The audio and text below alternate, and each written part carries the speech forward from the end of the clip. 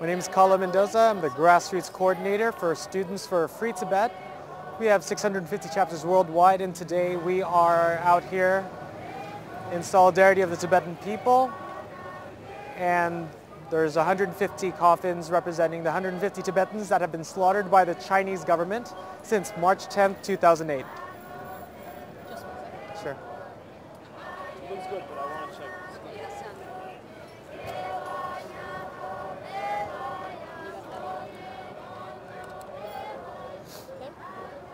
Can we ask you, why is it very important that this stays nonviolent?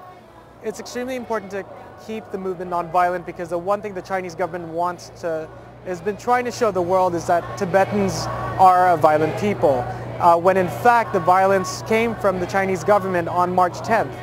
Thousands of Tibetan monks rose up in Lhasa and were met with a violent crackdown by Chinese security forces. Did you have any idea, did anyone have any idea that that was going to happen on March 10th? No one had any inkling that this was going to happen. We knew that Tibetans have been extremely resentful of how the Chinese government has been bringing in settlers by the thousands, and it was only a matter of time until Tibetans from Utsang, Amdo, and Kham rose up in solidarity, in unity and solidarity. For people who don't know what happened in Tibet in 1959, what happened? Just give us the brief. Sure. Chinese Mao Zedong's first act as the ruler of the Chinese Communist Party was to invade Tibet. And since 1949, 1.2 million Tibetans have died as a direct result of the occupation. 6,000 monasteries have been destroyed, and basic human rights are not being afforded to the Tibetan people. Can you tell us what's happening behind us? Because we've been here all day today. What's going on? Sure. Today, there's over 2,000 Tibetans and supporters here in New York City. Tibetans from Connecticut, Massachusetts have come down to commemorate the 150 Tibetans that have been slaughtered by the Chinese government since March 10th of 2008. And they are here in solidarity with their sisters and brothers that have been gunned down for doing nothing more than calling for the long life of the Dalai Lama and for a free and independent Tibet. Can I ask you, how old are you? I am 28 years old.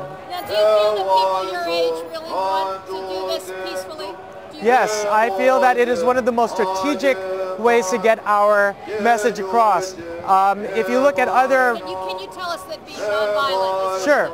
Being nonviolent is one of the most strategic ways of getting any message across. If we look at some of the most successful campaigns, everything from the civil rights movement to the anti-apartheid movement, they have utilized different tactics and strategies to pressure the government that has been oppressing them, and they have been successful. And it's only a matter of time until the Tibetan people are successful, and it'll take the world's support, but it will happen. Can you think of other situations that are comparable to Tibet right now? I mean, do you talk with other groups that are struggling, for example? Yes, I work a lot with, I'm Filipino, and I work a lot in the Filipino community, or have worked in the Filipino community, and there are a lot of similarities between what has happened in Tibet and what's going on in the Philippines under U.S. occupation and U.S. militarism.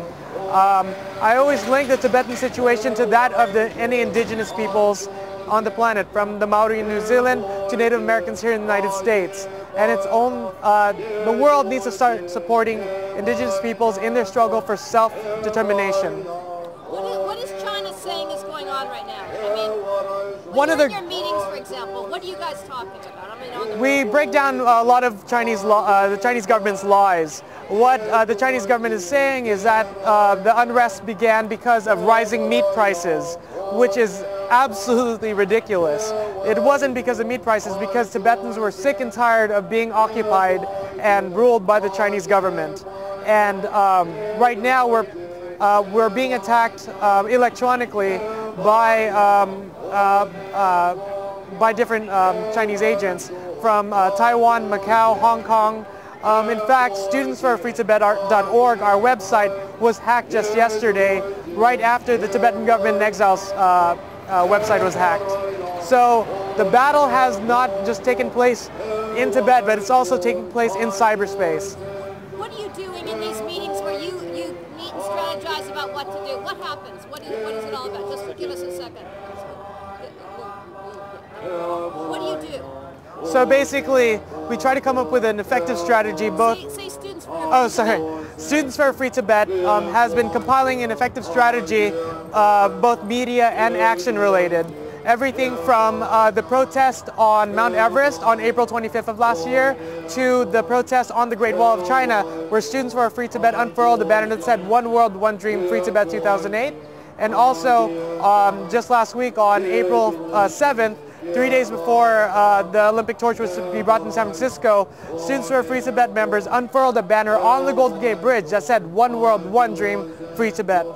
And we realized that by using the media to get our point across, it enhances the message, and we get so much more coverage, and thereby putting more pressure on the Chinese government. Can you talk about the role of communication and how, like, the cell phone has been incredibly useful in this whole time frame? Sure. One thing that we do, Students for a Free Tibet does, is we have trainings at different colleges and in different regions where we train our members to be the best media spokespeople that they can. Everything from getting that perfect 14-second soundbite to how to interact with the media, how to create a rapport. A lot of our SFT members are very skilled in putting together press releases and working with the media. And that's one of the things that SFT has been able to contribute to this movement. And you feel that Students for a Free Tibet really want this to stay nonviolent. Can you make that point? And, yes. I mean, is there pressure from other groups not to be? Yes, in our mission statement it says Students for a Free Tibet works in solidarity with the Tibetan people in their struggle for freedom and independence. Through nonviolent direct action, grassroots organizing, and education, we seek to empower young leaders to be activists in social justice movement. Students for a Free Tibet has always been a nonviolent organization, and the Tibetan freedom struggle has always been one that has been nonviolent. The violence that can always be pegged to the Chinese government, to everything from the slaughtering of Tibetans at Nangpala on September 2006 to Tibetans being gunned down in Lhasa, Amdo, and Kham from March 10th up to this day. So in other words, no young Tibetans want violence at this point. I mean, there's no movement. No, there is a distinct understanding that Tibetans will utilize nonviolent direct action and the most strategic means to get the point across. The last thing that we want to do is to give the Chinese government any fuel to back up their claims that Tibetans and their supporters are violent, which we are not. The violence can always be pegged back to the Chinese government. What else do you want to say? What else is important? I think it's extremely important to know that this is a global movement, this is a global uprising. Not only Tibetans, but their supporters are standing in solidarity with the Tibetans inside of Tibet. It is because of their courageous acts, everything from young Tibetans rising up in the streets. There was a report of middle school kids rising up in Tibet, doing a nonviolent protest, to monks in Labrang Monastery that interrupted a Chinese government-sponsored media trip, trying to show that everything is okay. They put their lives on the line, they put their livelihoods on the line to show that things are not okay inside Tibet. And they will continue to struggle non-violently, and it is up to the world to support non-violence now, especially when it comes at a critical moment in the Tibetan people's history. What would you like to say to China? I'd like to tell China that it is in your best interest to get out of Tibet now. The whole world is watching. If you want to save face, get out of Tibet. Tibet belongs to Tibetans.